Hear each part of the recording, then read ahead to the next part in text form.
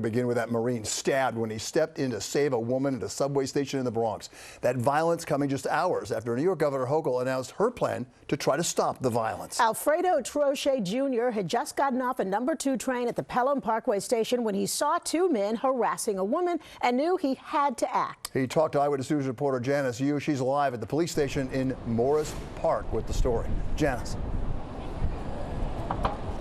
Hi there, Bill and Sandra. Yeah, I had a chance to talk to him shortly after he left the hospital with 8 stitches in his hand. Now, he is not one to be shaken up by something like this, but he says he is angry that everyday New Yorkers have to face crime on the subway just when they're trying to get to where they're going.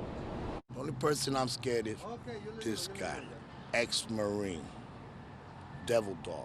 As a Marine, Alfredo Trochet Jr. took an oath to protect his country, but he didn't think he'd have to do it in his own backyard. I'm coming, minding my own business, and I see a lady that's being no, I gotta do something. But where are the cops? Trochet was on his way back home at the subway station at Pelham Parkway and White Plains Road when he saw 2 men harassing a woman in the mezzanine. I seen this lady screaming, and I seen like shadows. When I looked, this guy was pulling out a box because he was gonna cut the straps out of her purse. So that's when I was on like the 4th step, and I just jumped on the dude.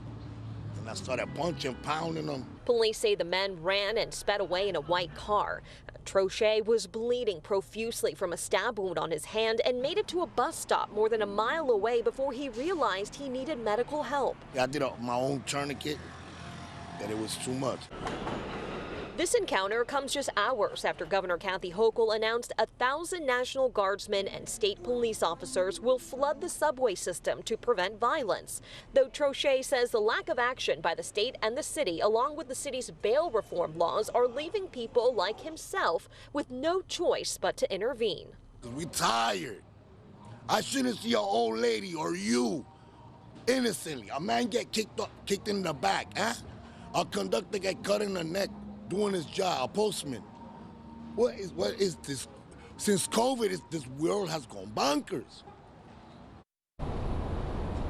You can see just how upset he is that this continues to happen, let alone in his neighborhood. He lives in the Bronx. Now, as for those 2 suspects, police say that one was dressed in all red, the other was dressed in all blue. They both had masks on, and again, they fled in a white vehicle. If you have any information, please call Crime Stoppers. That's 1-800-577-TIPS. Live in the Bronx, Janice Yu, Channel 7 Eyewitness News.